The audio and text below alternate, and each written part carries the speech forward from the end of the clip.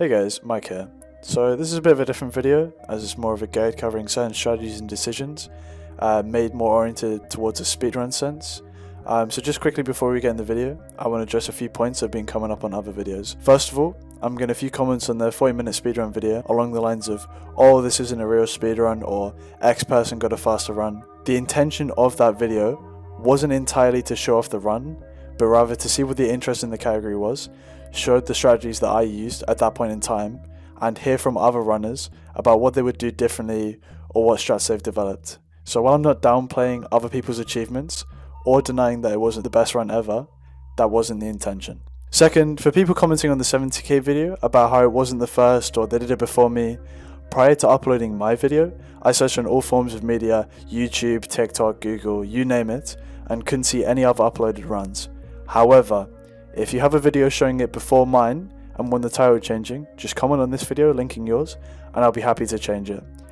Finally, I put out a post a few hours ago to this video asking for feedback on what content people want to see, so if you haven't voted on that, then be sure to do so and comment if there's anything else you'd like to see. While you're there, be sure to give this video a like, drop a subscription for more content, and without further ado, let's get into the guide. So before we start covering any rounds, I want to go over a quick tier list I made, ranking all the currently available items on their usefulness, although please note this is solely in a speedrun sense, so items that may be good for regular playthroughs won't necessarily perform as well in a speedrun. Starting off with the beer, it has its uses at either skipping a 50-50 entirely, or swaying the odds of the next round to be a higher chance at a live, but sadly it cannot guarantee an outcome in the same way that other items could, so this is going in B tier. Up next are cigarettes. These go in D tier. Cigarettes shouldn't be used in a speedrun as they waste valuable time for no gain. Chances are that if you're using cigarettes to survive, the run is probably not very good and you should just restart. Handcuffs are a very solid item, but they are not worthy of the S tier, so they're going straight in A tier. Having the ability to lock the dealer out of another turn is invaluable in certain scenarios, but it's underwhelming in others. The knife. The knife is going straight in S tier. The ability to deal double the damage with one round is always going to leave the time save, so this is well and truly deserving of the S tier rank. Finally, my personal favourite item, the magnifying glass. In my opinion, this is tied with the knife as contender for the strongest item in the game. The ability to know exactly what round you have and make decisions around it is vital to securing any good speedrun.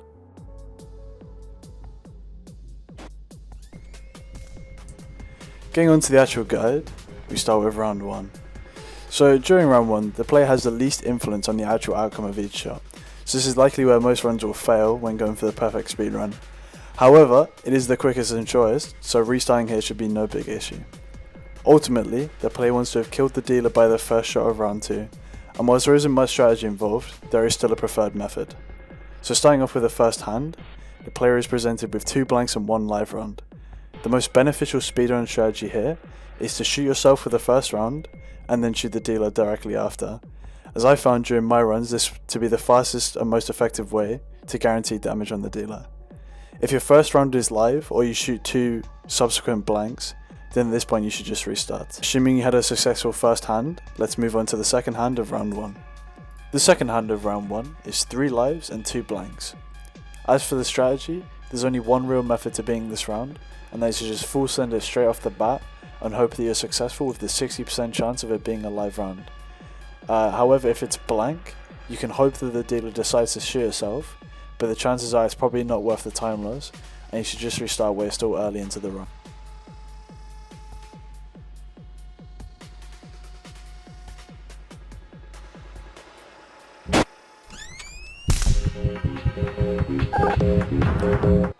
Round 2 is a big round as it's where items are introduced to the player.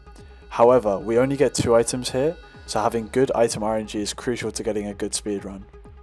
Hand 1 is a very basic hand at just 1 live round and 1 blank, a solid 50-50 chance.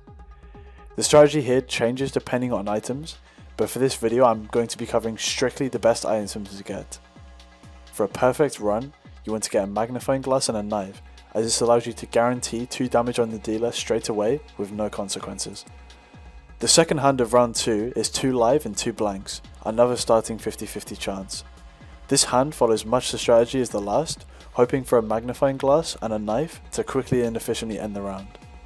If you use the magnifying glass and the first round is a blank, just make the assumption that the second is a live, as it is a 66% chance that it is a live round.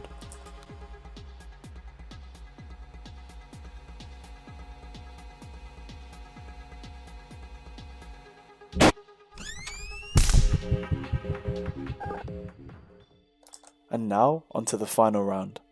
Despite misconceptions, the dealer only has 5 health here, not 6, as when the cable is severed, he will die the next time he is hit.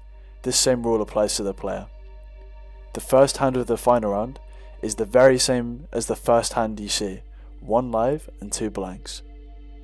The method of this hand differs to the first time it appears, however, as you should hopefully have a knife and multiple magnifying glasses, allowing you to cycle up until you get the live round for a guaranteed 2 damage on the dealer. The second hand of the final round is 4 lives and 4 blanks, once again 50-50 odds. This is the one and only round where having handcuffs is optimal for a good run, as this allows you the ability to kill the dealer fully right off the start of the round and secure a good run. Once handcuffed, you want to use the magnifying glasses to identify the first live round, and use the knife on that to get the dealer's wire severed. Then cycle rounds until the next live wire, and hit him with it to finish the run.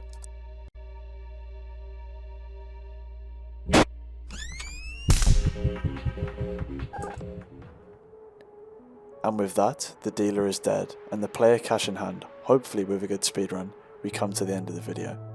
Thank you for watching this far into the video. This is my first real attempt at an actual voiceover with video editing, so I'd be open to hear what you thought about it down below in the comments, as well as if you learned anything or have any questions. More videos on Buckshot Roulette will be coming soon, so make sure you're subscribed with the bell on to get notified when I upload. Thanks again for watching, and I'll catch you all in the next video.